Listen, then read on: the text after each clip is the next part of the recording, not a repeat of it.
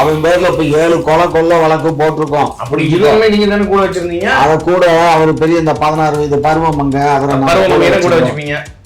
வயசான காலத்துல பருவமங்கை தேவை. நாங்க திருநெல்வேலி வாங்குறோம். இவங்க எப்படின்னா தேர்தல் பத்திரத்தின் மூலியமாக ஒவ்வொரு கார்பரேட் கம்பெனிலையும் போய் பிச்சை எடுப்பாங்க.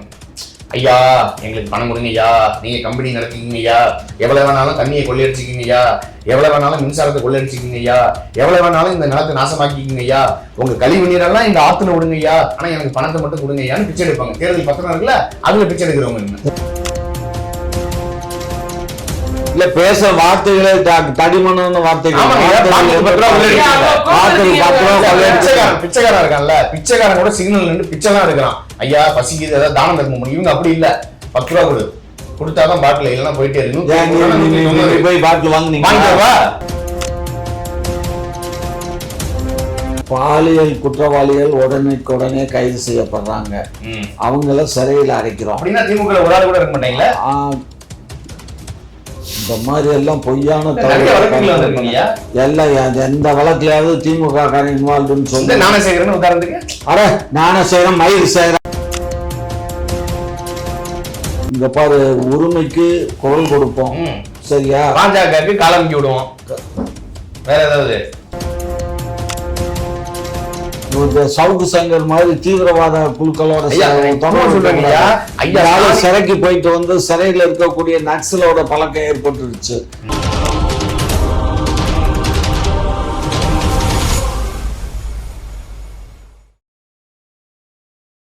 அதாவது இந்த 8 பேர் இப்ப நான் சேலஞ்ச் பண்ணி சொல்றேன், அந்த 8 பேரையும் நாங்க பிடிச்சிருவோம்.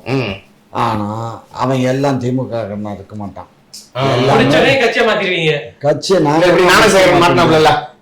ஞானசேகரன் யாரு? எங்க ஆதரவாளர், அவ்வளவுதான். தப்பு பண்றாருன்னா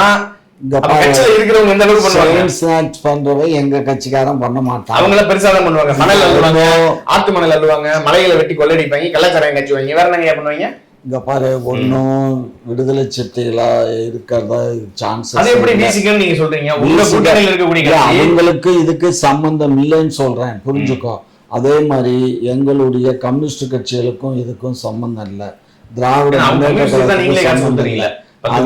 எங்களுக்கும் இதுக்கும் சம்பந்தம் வராது. எங்க கூட்டணியில இருக்கவங்க யாரும் ஞானசேகரன் புடுங்கினாரு. ஞானசேகரன் அவன் எங்களுக்கு ஆதரவாளர்னு சொன்னாக்கா அதுக்காக அவன் பண்ண தப்பெல்லாம் நாங்க ஏத்துக்க முடியுமா? அவன் பேர்ல இப்ப 7 கொலை வழக்கு போட்டிருக்கோம். அப்படி இதுவுமே நீங்க தானே கூட வச்சிருந்தீங்க. அத கூட அவர் பெரிய இந்த 16 வயது பருவமங்க அவரை கூட வச்சுப்பீங்க. வயசான காலத்துல பருவமங்கை பேசுற சும்மா என்ன கூட வச்சுக்கிட்டீங்க. 16 வயது அது திமுக காரங்களுக்கு அதுல மட்டும்தான் கண்ணு இருக்குமா? இங்க பாரு, இப்ப இந்த 8 சமாச்சாரமும் சரி, அதே சவுக்கு சங்கர் வீட்டுல போய் அதெல்லாம் நான் சவுக்கு சங்கருக்கு ஏயா அவன் வாய வச்சுக்கிட்டு சும்மா இருக்கணும், அந்த ஆள் வாய வச்சுக்கிட்டு எல்லா இடத்துலயும் என்ன தேவை பண்ணுவாரு. தவறை கேள்வி கேட்டா தப்பு. அவரு என்ன பெரிய இந்த இவரு கேட்கறது சுப்ரீம் கோர்ட் ஜட்ஜு கேட்கறதுக்கு இவர் யாருயா? இவன் ஒரு தீவிரவாதி. இந்த தீவிரவாதி பாரு, மக்களுக்கு எதிராக பேசுறது, இந்த மாதிரி மக்களை தூண்டி விடுறது, இந்த மாதிரி வேலை பார்க்கறவனுக்கு பேர் தான் தீவிரவாதி. அதுக்கப்புறம் மொத்தமா கூப்பிட உட்கார அதெல்லாம் நாங்க பாத்துக்கிறோம். முதல் கண்ணீர் வடிக்கிற வேலை. கேள்வி, தேர்தலுக்கு எவ்வளவு செலவு பண்ண போறீங்க? நாங்களா சும்மா எப்படி குறைச்சு வச்சாலும் ஒரு 40 லட்சம் 4 லட்சம் முன்னாங்க 100 4 40 எப்படி போனாலும் ஒரு 25 கோடியிலிருந்து 30 கோடி மொத்தம் ஆல் ஓவர் தமிழ்நாட்டுக்கு அரசாங்கம் அலோவ் பண்ணிருக்குல்ல ஒரு அளவு. அந்த அமௌண்ட் தான் அவர் வந்து அபிஷியலா கேட்கல, அன்அபிஷியலா எவ்வளவு செலவு பண்ணுவோம்? அன்அபிஷியலா எல்லாம் நம்ம செலவு பண்ண மாட்டோம். எங்களுக்கு அன்அபிஷியலா செலவு பண்ணதுக்கு நாங்க என்ன இவங்கள மாதிரி என்ன நாங்க என்ன திரள் நிதியா வாங்கி வச்சிருக்கோம்? நல்லா புரிஞ்சுங்க.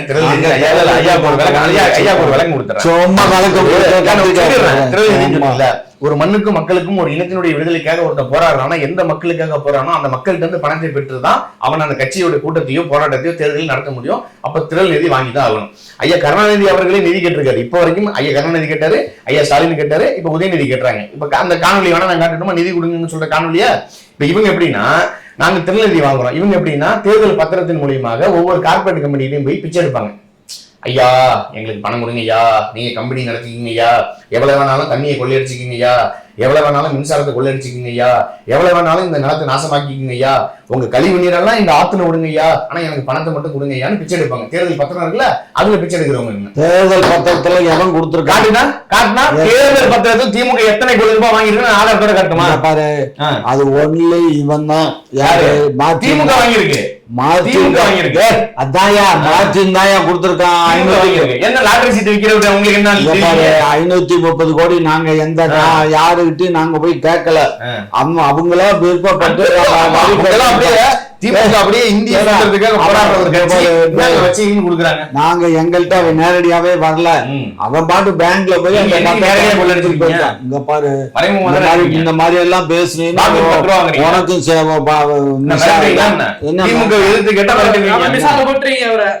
இல்ல பேச வார்த்தைகளே தடிமணம்னு வார்த்தைகள்.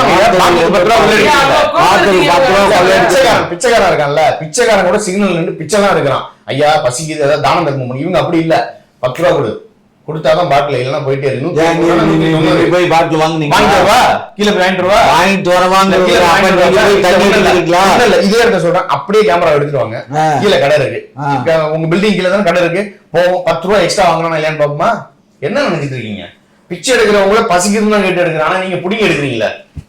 அதெல்லாம் நீங்க தப்பான செய்திகளை பண்றீங்க. பரவாயில்ல, பரவிட்டு போறேன். அதெல்லாம் கட் பண்ணி இந்த மாதிரி தவறான செய்திகள் தவறான செய்தி அதை கட் பண்ணியா ஊடகத்துல ஒளிவ கூடாதா? இங்க பாரு, இவரு பேசுறது எல்லாமே தப்பு. இப்ப 8 பேரு சினாப்புங்கிறீங்க, அது நாங்க காவல்துறை. வாக்குக்கு 10 ரூபா வாங்குனீங்களா இல்லையா? இல்ல, நான் ஆதாரபூர்வமா காட்டுறேன்னு சொல்றேன். கேமரா எடுத்துட்டு வாங்க. ஆதாரம் நான் என்ன, நீ கூட போய் எடுத்துட்டு வந்து காட்டியா?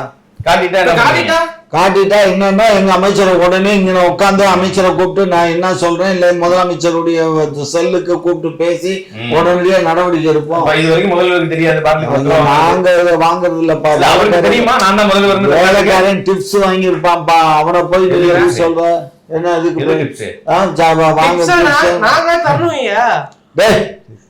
டிப்ஸ் வாங்குறவனும் கேட்கவும் செய்வான், கொடுக்கவும் செய்வான். புடுங்குறவன் புடுங்குவான், புடுங்குறவன் இருந்தா வாங்க. ஆட்சி இருந்தா புடுங்கதான் செய்வாங்க, பறிக்கதான் செய்வாங்க. இந்த மாதிரி எல்லாம் பேசாதீங்க. நீங்க பாருங்க, காவலருக்கு பாதுகாப்பு இருக்கா? மாணவிகளுக்கு பாதுகாப்பு இருக்கா? தமிழ்நாட்டுல 4க்கு நாள் தமிழ்நாட்டுல படுகொலை நடந்துட்டு இருக்கா இல்லையா? 4க்கு நாள் பாலியல் கொலை நடந்துட்டு இருக்கா இல்லையா? செயின் பறிப்பு நடக்குதா இல்லையா? பாலியல் குற்றவாளிகள் உடனே கைது செய்யப்படுறாங்க, அவங்கள சிறையில் அடைக்கிறோம். அப்படின்னா திமுக ஒரு ஆள் கூட இருக்க மாட்டீங்களா? இந்த மாதிரி எல்லாம் பொய்யான எல்லாம் எந்த வழக்குலயாவது திமுக காரன் இன்வால்வ்னு சொல்லி ஞானசேகரன் உதாரணத்துக்கு. அட ஞானசேகரன் மயிர் சேகரன் அவன் எங்க கட்சிக்காரன் ஞானசேகரன் அவனால ஒண்ணுதானே சொல்ல முடியுது. 4 ஆண்டு காலம் ஆட்சியில ஞானசேகரன் மயிர் சேகரன் அந்த திருட்டு நாயை தானே சொல்ல. பேரு மறந்து சும்மா அந்த கதையெல்லாம் விடாதீங்க. கதை விடுறதுக்கு எங்களுக்கும் தெரியும். எங்களுக்கு தெரியுமா? பாருங்க, இங்க பாருங்க. நீங்க நான் கேக்குறேன், தமிழ்நாட்டுல சட்டம் ஒழுங்கு எப்போது சரியாகும்? அது என்ன சரியாகாம இல்லாம என்ன உங்க வீட்டுல வந்துதான் சட்டம் ஒழுங்கு இல்ல உங்க வீட்டுலதான் திமுக கூப்பிட உட்கார வச்சோம்னா எல்லாம் சரியாயிரும். சட்ட ஒழுங்கு எங்க ஆட்சியில தான் சூப்பர் டூப்பரா இருக்கு.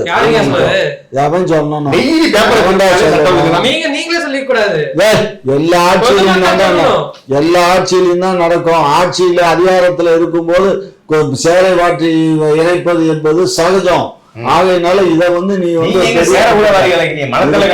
நீங்க ஒரு பெரிய குற்றமா எங்களை குற்றப்பத்திரிகை வாசிக்கிறது. ஐயா ஸ்டாலின் அவர்கள் சொல்லியிருக்காரு, தமிழ்நாட்டில் சட்டம் ஒழுங்கு சரியில்லை, அதிமுக ஆட்சிகளை 4க்கு நாள் படுகொலை, 4க்கு நாள் பாலியல் தொல்லை, 4க்கு நாள் கொலைகள் நடக்குது. ஐயா ஸ்டாலின் பேசியிருக்காரு. இப்ப திமுக ஆட்சி நடக்கும்போது வாய மூடிட்டு இருக்கீங்க. வாயை மூடாம என்ன திறந்து வச்சா எறும்பெல்லாம் உள்ள வாய்க்குள்ள போயிடாது. நீ இப்ப வாயை திறந்து வச்சுட்டேவா இருக்க? வாய் மூடிட்டு தானே இருக்க. சும்மா இந்த வேலையெல்லாம் விடாதீங்க. உங்க உடான்ஸ் எல்லாம் எங்களுக்கு வேண்டாம். உங்களை மாதிரி 1000 பங்கு பேச. சட்டம் ஒழுங்கு சரியா இருக்குன்னு நினைக்கிறீங்களா? சரியில்லை. எந்த நாய் சொல்லுது சரியில்லைன்னு? நீ என்ன சட்டம் ஒழுங்கு? நீ இப்ப ஆபீஸ்ல இருந்து வீட்டுல இருந்து இங்க வந்து சட்டம் ஒழுங்கு இல்லாம ரோட்ல நடந்தானே வந்த. இப்ப பாருங்க, இப்ப பாருங்க, ஏதாவது ஒரு இடத்துல ஒரு படுகொலை நடந்திருக்கும். இப்ப செய்தி சேனல் ஓபன் பண்ணோம்னு வச்சுங்களேன், இந்த இடத்துல படுகொலை நடந்துச்சு அப்படின்னு ஒரு செய்தி வரும் பாருங்க.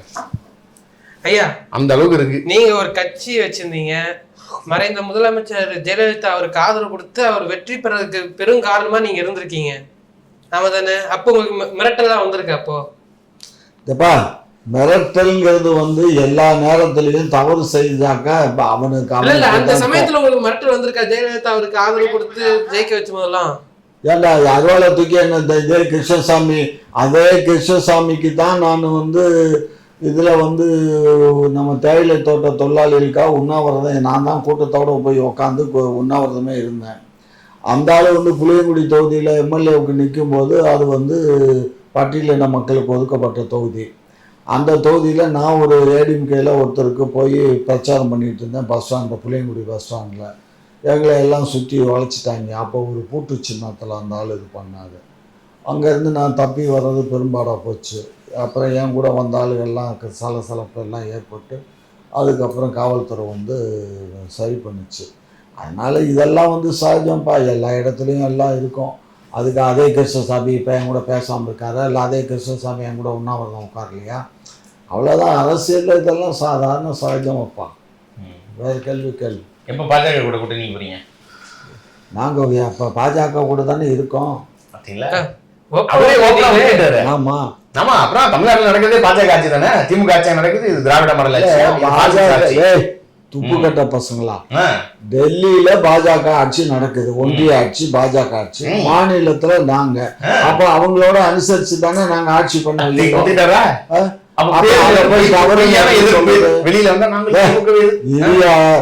இங்க பாரு, உரிமைக்கு குரல் கொடுப்போம், சரியா? பாஜக காலமிக்கி விடுவோம். வேற ஏதாவது இந்த பாரு, எங்களுடைய கொள்கையே வந்து உறவுக்கு கை கொடுப்போம், உரிமைக்கு குரல் கொடுப்போம், கள்ள உறவுக்கு காவல் காப்போம். போதுமா? சும்மா வெட்டி வேலை பார்த்துட்டு கூட்டணியாவது கல்வியாவது எங்களுக்கு பாரதிய ஜனதா கூட எந்த காலத்திலும் எங்களுக்கு கூட்டணி. இங்க பாரு, அவரு என்னன்னா, நாம் தமிழர், அதிமுக, அந்த இன்னொருத்தன் ஒரு நடிகர் ஒருத்தன் கட்சி வச்சாங்க தாவேகா, அதுக்கப்புறம் கேப்டன் கட்சி, பாட்டாளி மக்கள், இவங்க எல்லாம் ஒரு ஒன்று சேர்ந்து ஒரு திமுகங்கிற எதிரியை வீழ்த்தணும் அப்படின்னு பிளான் பண்ணி இதெல்லாம் ஒரு இடத்துல பேசுனது எனக்கு தகவல் தெரியும். எங்க பேசுனாங்க, யாரெல்லாம் எங்கெங்க உட்காந்து எப்படி பேசுனாங்க வச்சாங்கிற செய்தி பூரா. ஆகையினால இந்த முறை வந்து இப்போ இவங்களுக்கு வந்து தொகுதி உடன்பாடுல தான் பிரச்சனை வரும் போல இருக்கு. இதுல இன்னொன்று என்னன்னா, இதுல 3 துணை முதலமைச்சர் வர்றாங்க. இந்த தேர்தலில் நிற்கிறதுக்கு செலவு தொகை எல்லாம் அதிமுக பார்த்துக்கிறேன்னு சொல்லிடுச்சு. ஆகையினால இதுதான் தேர்தல் கணக்கு. அதனால பாருங்க, நான் தனிச்சு நின்றா ஒரு கால் வேணா, சீமான் வேணா நிக்கலாம், மாப்பிள்ள நிப்பாரு, அப்புறம் வேற எவனும் நிக்க மாட்டான் தனிச்சு. அது எனக்கு வேற யாருக்கு இருக்கா இல்லையான்னு நான் போய் அவனை புடிச்சு பார்க்கல. திமுகவுக்கு நாங்க எங்களுக்கு எப்பயுமே இருக்கோம், தனிச்சு நிப்போம். நாங்க இங்க பாரு, நாங்க ஆட்சி அமைக்கணும்னா நாங்க கூட்டணி பலம் எங்களுக்கு தேவை. நாங்க இங்க பாரு, திமுக ஓட்டு போட மாட்டான். ஆமா ஆமா உமா. காசு எவ்வளவு கொடுக்குறீங்க திமுகங்களுக்கு எலெக்ஷனுக்கு? எலெக்ஷனுக்கு என்ன மிஞ்சி போனாக்கா ஒவ்வொரு பூத்துக்கும் எங்களுக்கு வரையறுக்கப்பட்டது 10 ரூபா 11 ரூபா. 10 கோடி 11 கோடி வெறும் ரூபா பைசா அவ்வளவுதான்.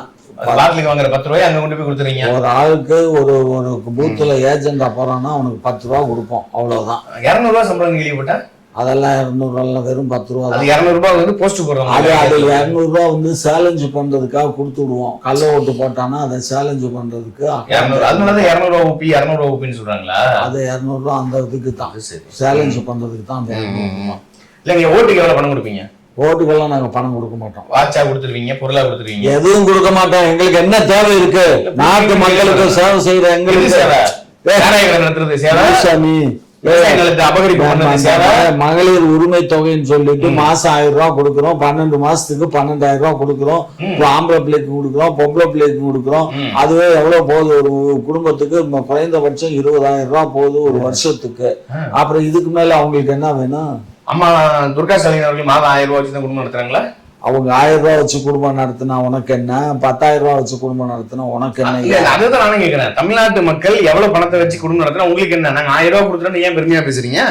1000 ரூபாய் வச்சு குடும்பம் நடத்திட முடியுமா? நாங்க கொடுக்கறோம், நாங்க பேசுறோம். நீங்க பேசலாம். நீங்க இந்த ஃபேர் அண்ட் லவ்லி போட்டு வந்தீங்களா? முகமெல்லாம் பல பலன் இருக்கான்னு கேட்டாரு கதிரானந்த். அப்படி அதாவது சின்ன பிள்ளை ஏதோ அவங்க அப்பா மாதிரி நையாண்டி பேசுறாரு, அதுக்காக நாங்களும் அந்த மாதிரி நையாண்டி பேசணும்னா தப்பா எடுத்துப்பீங்க. நீங்க நையாண்டி பேசுனா தப்பு இல்ல. சவுக்கு சங்கர் மாதிரி தீவிரவாத குழுக்களோட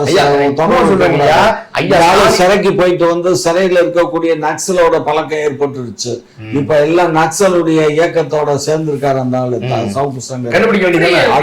அதெல்லாம் காவல்துறை கிடைச்ச தகவல் தான் எனக்கு. சீக்கிரமா போயிடுவான் பாரு, உள்ள போயிடுவான் நக்சல் இயக்கத்தினுடைய இதுல போய். நக்சல் இயக்கத்துல யாரெல்லாம் இருக்காங்க நம்ம தமிழ் யூடியூபர்ஸ்?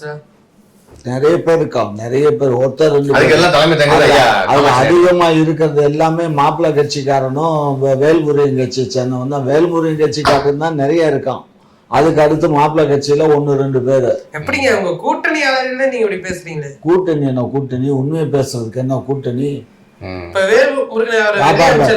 வேல்முருகன் வந்து மதுரையில போய் யாரெல்லாம் சேர்த்தாரு? இவங்க தூக்கி போட்ட எச்சியலையை தானே பறக்கி நாங்க பொறுக்க வைக்கலாம். நாங்க அப்பமே அந்த ஆளு வந்துட்டான், புரிஞ்சுக்கோ. சும்மா வேல்முருகன் கூட்டணி விட்டு அமைச்சிட போறீங்களா இப்போ? அவர் என்னத்துக்கு எங்களுக்கு? அது வந்து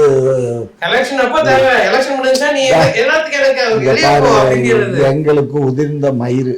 அதெல்லாம் எடுத்துதான் ஐயா ஸ்டாலின் அவர்கள் விக்கு வச்சிருக்காரு. அதனால எங்களுக்கு அந்த மாதிரி ஆளெல்லாம் எங்களுக்கு அந்த முந்திரி கோட்டையா முந்தி பேசுற ஆளெல்லாம் தேவையில்லை. அவர் இந்த மண்ணினுடைய விடுதலைக்காக இந்த மக்களுடைய குரலாக ஒலிக்கிறார் அப்படின்னா ஒரு தமிழரை வந்து நீங்க எப்படி பேசுவீங்க? தமிழர் கூட்டணி கட்சியில் இருக்கும் போது மட்டும் எங்களுக்கு வேணுங்கிறீங்க, அவர் உங்களை எதிர்த்து கேள்வி கேட்டாருன்னா அவரை நீங்க எதிராக பேசுவீங்களா? அப்படி அல்ல. ஒரு சட்டமன்றத்துல ஒரு மரபு இருக்கு, மரபுப்படிதான் நடந்துக்கணும். சட்டமன்றத்துல என்ன டேபிள் தட்டுறது, சரியா? அதனால மரபை மீறி பேசுவது கூட்டணியா இருந்தாலும் சரி, வேற பிறரா இருந்தாலும் சரி, அது பிழை. அந்த பிழையை செய்யக்கூடியவங்களை நாங்க ஏத்துக்க மாட்டோம். எப்படி சொல்றீங்க? என்ன இப்படி சொல்றீங்கன்னா, அப்ப இவர் இஷ்டத்துக்கு எதை வேணாலும் பண்ணுவாரு, எப்படி வேணாலும் பேசுவாரு, ஒருத்தனை வெட்டி சாப்பாரு, அவனை வேற கட்சிக்காரனை சொல்லி இழிவுபடுத்துவாரு. கடைசியில விசாரிச்சாக்கா கடைசியில அவங்க கட்சிக்காரன் தான் 4 வயலும் சேர்ந்து அந்த ஆளை வெட்டி இருக்கான். அவனு வெட்டுப்பட்டவனு ரவுடி, வெட்டினவங்க ஒரே ஒரு வெட்டு செய்தி வச்சு பேசுறீங்களே. திமுக காரங்க ஒரு இடத்துலயும் அதெல்லாம் திமுக காரன் எல்லாம் தொடர் அடங்கி போயிடும். வேணுங்களாவது அருவாலை பிடிச்சி வெட்டுறதாவது. அதில் இவங்களுக்கெல்லாம் அரசியல் பேச தான் தெரியும். அருவா பத்தி அதெல்லாம் தெரியாது. கள்ளச்சாராயம் காட்சி சொன்னா நல்லா காய்ச்சுவாங்க. ஆமா, கள்ளச்சாராயம் எங்க பயில்கள்லாம் தொழில் செய்யறதுக்கு எல்லா பேரும் இங்க பாரு, டிஎம்கேல இருக்கக்கூடியவங்க எல்லாம் ஹைலி குவாலிஃபைடு பீப்புள். சாப்ட்வேர் கம்பெனில எல்லாம் வந்து தொழில் தான் இருக்காங்க. இடுப்பு பிடிச்சிக்கிறது இல்லையா, மண்ணை கொள்ளடிக்கிறது இல்லையா, கனிம வளத்தை கொள்ளடிக்கிறது இல்லையா, டாஸ்மாக்ல வந்து திட்டு தினமா சரக்கு விற்கிறது இல்லையா, இல்ல 10 ரூபா வாங்குறது இல்லையா, இல்ல வந்து இடுப்பு பிடிச்சிக்கிறது இல்லையா? என்ன இடுப்பு பிடிச்சிக்கிறதுன்னு என்ன? இடுப்பு நான் கூட தான் அந்த இடுப்பை பிடிச்சிக்கிறேன். இது என்ன இடுப்பு? ஆமா, மீட்டிங்ல பொண்ணோட அந்த இடத்துல ஏதாவது தூசி ஒட்டி இருக்கும், இல்லைன்னா ஒரு கேவலமான நிலைமையில திமுக ஒரு கட்சி இருக்குங்கிறதுக்கு ஒரே வண்டு ஒட்டி இருக்குன்றீங்க. தூசி ஒட்டி தான் போய் பிடிச்சிருக்கோம். ஆமா ஆமா, சக்கரை மூட்டை எங்கன்னு கேட்டா எறும்பு நின்றுச்சு, சாக்கு மூட்டையை கரையா நின்றுச்சுமாங்க. இங்க பாருக்கண்ண, இவங்க வந்து எல்லாமே அப்படிதான். இப்ப போய் பண்ணாங்களே ராமேஸ்வரத்துல ஒரு டிராமா, பெரிய டிராமா. என்னத்தை இவர் ராமேஸ்வரத்துல போறவரு இலங்கையில போய் அவனோட அடிச்சு வீழ்த்தி போய் எல்லாத்தையும் மீட்டிட்டு வர்றது. அந்த காலத்துல ராஜேந்திர சோழன் போய் சண்டை போட்டு எல்லாத்தையும் மீட்டிட்டு வந்த மாதிரி இவங்களுடைய திரு சீமான் அவர்களும் இந்த தும்பிகள் எல்லாம் படையோட போய் கள்ளத்தோணியில ஏறி இலங்கையில பூந்து அங்க அடிச்சு அப்புறம் என்ன எனக்கு எப்படி வருது என்னமோ பெருசா என்னமோ இவங்க தான் வந்து அவங்களுக்கு ஆதரவு யாரு கருணாநிதி வந்து ஒரு அரசியல் சாணக்கியர்னு ஏன் தெரியுமா சொல்றோம்? அவரு காசு இல்லாம திருட்டுத்தனமா ட்ரெயின்ல வந்தாரு. இவர்தான் டிக்கெட் ட்ரெயினே திருட்டு ட்ரெயின் சொல்ல வச்சாருல்ல, அதுதான் அவருடைய சாதனை. எப்பேற்பட்ட ஒரு சாதனை, எப்பேற்பட்ட ஒரு அரசியல் சாணக்கியர் தெரியுமா? அதுதான் ஐயா கருணாநிதி. இவரு உருவோ கருவோ எதையில இருந்திருக்க முடியாது. இப்படிப்பட்ட ஆளுகளை எல்லாம் வச்சுக்கிட்டு நீ என்னோட டிபேட்டுக்கு உட்காந்து வைக்கிறது எல்லாம் உனக்கு நியாயமா? திமுக செய்யற தவறுகளை கேள்வி கேட்டோம்னா உடனே உங்களுக்கே இதா இருக்கு. நேர்மையா பேசுறாரு அவரு. என்ன நேர்மை? எனக்கு எப்படி நான் கேட்கறதுக்கு மட்டும் போய் சொல்லுங்க. தமிழ்நாட்டுல எப்ப சட்டம் ராமேஸ்வரத்துல போய் இப்ப உங்க தலைவரோட சேர்ந்து இவங்க பண்ணாங்களே, என்ன நடந்துச்சு? அதனுடைய இன்ஃபேக்ட் என்ன? சரிங்க, நீங்க உட்கார்ந்து பேசுறீங்களா? அதுதான் இம்பாக்ட். திமுக காரங்களை கதற விட்டாருல, அதுதான் இம்பாக்ட். உடன்பிறப்புகளை வந்து தெரிக்க விட்டாருல, அதான் இம்பாக்ட். அதெல்லாம் நீங்க பாரு, 1000 சீமான் வந்தாலும் சரி, 1,00,000 சீமான் வந்தாலும் சரி, எங்களை எதுவும் செய்ய இயலாது. புரிஞ்சோ? நாங்க எம்ஜிஆருக்கு வந்து போனாரு, ஜெயலலிதா வந்து போச்சு, வைகோ வந்து போனாரு, யாரும் நாங்க அழிய மாட்டோம். நாங்க பீனிக்ஸ் பறவை மாதிரி மறுபடியும் தலைத்து தொழுத்து வந்துகிட்டே இருப்போம். அதனால திராவிட மாடல் ஆட்சியையும் திராவிட முன்னேற்றத்தையும் அழிக்க இயலாது. அதெல்லாம் ஒரு மசரியும் பிடுங்க முடியாது. சரிங்க, திமுகவுக்கு எதிராக ஒரு கூட்டணி சேர்ந்துடக்கூடாது, அதுக்காக தான் முதலமைச்சர் மு க ஸ்டாலின் வந்து கேரளம், கர்நாடகா, ஆந்திரா போன்ற முதலமைச்சரை கூப்பிட்டு ஆலோசனை பண்ணியிருக்காங்க. தமிழிசை சவுந்தரராஜன் உங்க மேல கடுமையா விமர்சனம் வச்சிருக்காங்க. அதுக்கு என்ன சொல்றீங்க? அங்க சுத்தி இங்க சுத்தி கடைசியில அது என்னுடைய பொண்ணு மாதிரி, அதை போய் நான் இப்ப திட்ட முடியுமா? அந்த கூட்டத்தில் என்ன நடந்துச்சு தெரியுங்களா? அம்மையார் கனிமொழி போயிட்டு கேரள முதல்வர்கிட்ட கேட்டாங்க, நாங்க அனுப்புன கல்லெல்லாம் வந்துச்சா, மண்ணெல்லாம் வந்துச்சா, நீங்க அனுப்புன கோழி கழிவுலாம் எங்களுக்கு வந்துச்சு, நீங்க அனுப்புன மருத்துவ கழிவுலாம் எங்களுக்கு வந்துச்சு, ரொம்ப நன்றி அப்படின்னு கேட்டதான் மீம்ஸ்லாம் போடுறாங்க. வந்தாருல கேரள முதல்வர், என் முல்லை பெரியார் அணையை பத்தியோ, கர்நாடக முதல்வர்கிட்ட காவிரியில நீர் கொடுங்கன்னு சொல்லி பத்தியோ இதை பத்தி கேட்கறாங்களா? பேசலையா? அதிமுக பொதுச் செயலாளர் எடப்பாடி பழனிசாமி வந்து திடீர் பயணமா டெல்லி புறப்பட்டிருக்காரு. அமித்ஷாவை சந்திக்க உள்ளாருன்னு ஒரு தகவல் பரவிட்டு இருக்கு. எப்படி பிஜேபியோட மறுபடியும் கூட்டணி வச்சு இவங்களை வீழ்த்திடுவாரா? லூசு, நான் விடிய கதை சொன்ன என்னமோ சொன்ன மாதிரி சீதைக்கு ராம சித்த பண்ணிட்டு இருக்கேன். நான் தான் பாஜக, ஏடிஎம்கே, விடுதலை சிறுத்தை இவரு நம்ம எங்க ஆதரவுல இல்ல. நான் ஒரு குரூப் சொன்னேன் இல்ல, திடீர் பயணம் போயிருக்காரு. திடீர் பயணம் என்ன? திடீர் பயணம் இருக்கிற அமளியை விட்டு அங்க போயிருக்காரு. லூசு பயிலா, அவர் வந்து ஏற்கனவே அவர் மேல பல வழக்குகள் இருக்கு. அந்த வழக்குகளை எல்லாம் வந்து இவர் நான் கூட்டணி போக மாட்டேன்னு சொன்னாரு. இப்ப அவன் என்ன பண்றான், வழக்குகளை எல்லாம் முடுக்குறான். ஆமா, அந்த வழக்கு எல்லாம் முடுக்கிறதுனால நான் வந்து உங்களோட கூட்டணி வச்சுக்கிறேன், அந்த வழக்குகளை எல்லாம் தள்ளுபடி பண்ணிருங்க. ஒரு சொல்றத கேளுமையா, இங்க பாரு, நான் தான் சொல்றேன்ல, இந்த பேசுறது வைக்கிறது எல்லாம் எனக்கு அப்டேட் வந்துரும் சொன்னாங்க. கூட்டணி ஒரு கூட்டணி உண்டு. அந்த கூட்டணியில அவருக்கு வந்து ஐபிஎஸ் ஆபீசருக்கு ஒரு துணை முதலமைச்சர் உண்டு, சரியா? அதுக்கப்புறம் அவருக்கா அல்லது அங்க எல் முருகனுக்காங்கிறது தான் அவங்களுக்குள்ள ஒரு இது இருக்கு. அதையும் சொல்லிடுறேன். எல் முருகன் துணை முதலமைச்சரா அல்லது அண்ணாமலை துணை முதலமைச்சராங்கிறது பிஜேபியில. தாவேக்கால விஜய்க்கு, அன்புமணிக்கு, இவங்க 3 பேரும் வந்து இதா இருக்காங்க. மாப்பிள்ளை வந்து இன்னும் வந்து கூட்டணிக்கு ஒத்துக்கிடல. அவர் கூட்டணிக்கு ஒத்துக்கிட்டாக்கா அவரு தான் முதன்மையான இதா வருவாரு, துணை முதலமைச்சரா வருவாரு. ஸோ இது அவங்களுக்குள்ள அவருக்காக அந்த இடத்த வச்சிருக்கோம். 4 பேர் துணை முதலமைச்சர்கள், ஒரு முதலமைச்சர் அப்படிங்கிற பிளான். அவங்க ஒரு கோட்டை கட்டியிருக்காங்க. அதாவது எல்லாமே கோட்டை கட்டுறதுல ஏப்பா, நான் சொல்றது வந்து அவங்க ஒரு கோட்டை கட்டுறாங்க. நம்ம எல்லாம் ஒண்ணு சேர்ந்தோம்னா திமுக வீழ்த்திடலான்னு. எல்லாம் ஒண்ணு சேர்ந்து எல்லாம் எத்தனை சதவீதம் ஓட்டு வாங்கினாங்க போன முறை தெரியுமா உனக்கு? 2% 3% ஓட்டு தான் முடுங்கினானுங்க. ஆகையினால எங்களை மயிரை கூட பிடுங்க இவங்கனால இயலாது, வயசும் பத்தாது, அனுபவமும் பத்தாது. ஏற்கனவே நிறைய பிடிக்கிட்டாங்க, அதனால ஐயா ஸ்டாலின் விமர்சிச்சாரு. ஆமா, அதனால ஒரு அரசியல் கணக்கு கால்குலேஷன்ங்கிறது வந்து வேற. இப்போ வந்து இவன் வந்து எடப்பாடி வந்து இந்த நாட்டில் வந்து காட்டி கொடுக்க தலைப்பட்டுட்டான். யார்கிட்ட காட்டி கொடுக்குறான்? வரைக்கத்தியான் கூட காட்டி கொடுக்குறான். பாரதிய ஜனதாவை இங்கே கொண்டுட்டு வந்து மறுபடியும் காட்டி கொடுக்குறான். நாங்கள் பண்ண தவறுக்கு 20 வருஷமா நாங்களே தண்டனை அனுபவிச்சுட்டு இருக்கோம். இப்போ மீண்டும் வந்து அவனுங்களை கூட்டணிகளை கொண்டுட்டு வந்தாக்க அவனுக்கு துணை முதலமைச்சரை கொடுத்தா ஒரு பழமொழி சொல்லுவான், நரிக்கு இடம் கொடுத்தா கிடைக்க 2 ஆடு கேட்குங்கிற மாதிரி அவனை கொண்டுட்டு வந்து ஒரு துணை முதலமைச்சரை உட்காந்து வச்சாக்க எல்லாத்தையும் காசை கொடுத்து வாங்கி அவன் ஆட்சி அமைச்சிடும். மும்பையில் தானே நடந்துச்சு, கர்நாடகாவில் போன முறை தானே நடந்துச்சு, எல்லா இடத்துலையும் அப்படித்தான் நடக்கும். அதே மாதிரி நடந்துடும். அதனால மக்கள் வந்து கண்டிப்பா இந்த தடவை திராவிட மாடல் ஆட்சிக்கு தான் வாக்களிப்பாங்க. இது போன்ற தவறான நபர்களை நம்பி போக அவங்க தயாராக இல்லை. அதுதான் இப்ப நல்ல ஆப்பு வச்சான் பாரு, ஒரு ஆப்பு யாருக்கு இந்த வேல் கொண்டுட்டு போகணும் திருப்பரங்குன்றத்துக்கு நான் பேசினாங்க. அதுக்கு அருமையா ஆப்பு வச்சுச்சுங்க பாரு, அந்த மலை எல்லாத்துக்கும் தான் சொந்தம், எல்லா மக்களுக்கும் தான் சொந்தம். அதனால நீ மட்டும் வேலை கொண்டுட்டு போறேன், வாழை கொண்டுட்டு போறேங்கிற வேலையெல்லாம் இங்க வச்சுக்காத, போய் வேலையை பாடுறான்ட்டான். புரிஞ்சதா?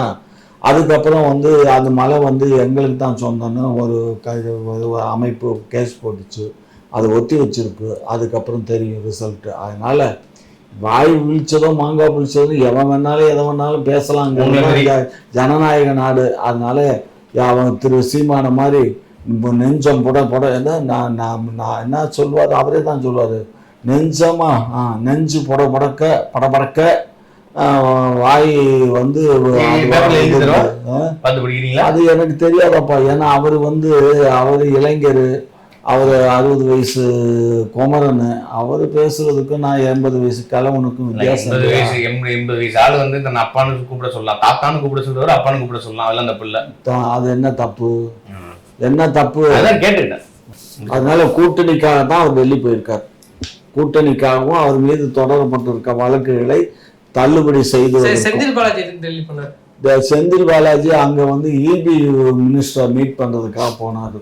ஏன்னா இபியில வந்து எங்களுக்கு பல பிரச்சனைகள் இருக்கு, எங்களுக்கு கோல் வந்து எங்களுக்குன்னு ஒரு இடம் ஒதுக்கீடு கொடுத்தீங்க, அதை இடத்த மறுபடியும் எங்களுக்கு கொடுக்கணும்னு அதுக்கு சம்பந்தமா போயிருக்காரு, இபி சம்பந்தமா போயிருக்காரு. நீங்க என்ன சொல்றீங்க? செந்தில் பாலாஜி எதுக்கு போயிருப்பாருன்னு நீங்க நினைக்கிறீங்க? சொல்லுவாங்க, எதை வேணாலும் பேசுங்க, உங்க வாயாச்சு, என்கிட்ட வாடகைக்கு வர்றீங்க, உங்க வாயை நீங்க பேசுங்க. செந்தில் பாலாஜி எதற்காக இங்கே போனாரு எல்லாருக்குமே தெரியும். அவர் மேலே ஏற்கனவே குற்றச்சாட்டு இருக்கு. அடுத்ததாக இடி ரெய்டு நடந்தது, டாஸ்மாக் துறையில் 1000 கோடி ரூபா ஊழல், இதெல்லாம் போய் சமாளிச்சுட்டு கட்டி அணைத்து ஒரு சமாதான தூது புறாவாக போயிட்டு வந்தார். தூது புறாவா? அவர் என்ன வேணாலும் பேசுவார். அவர் போய் மாப்பிள்ளை கூட என்னைக்கு சேர்ந்தாரோ அவரும் மாப்பிள்ளை ஆகிட்டார், அவ்வளோதான். அவர் அப்படி தான் பேசுவார் மாப்பிள்ளை. அதனால் அதை கணக்கில் எடுத்துக்க வேண்டாம்.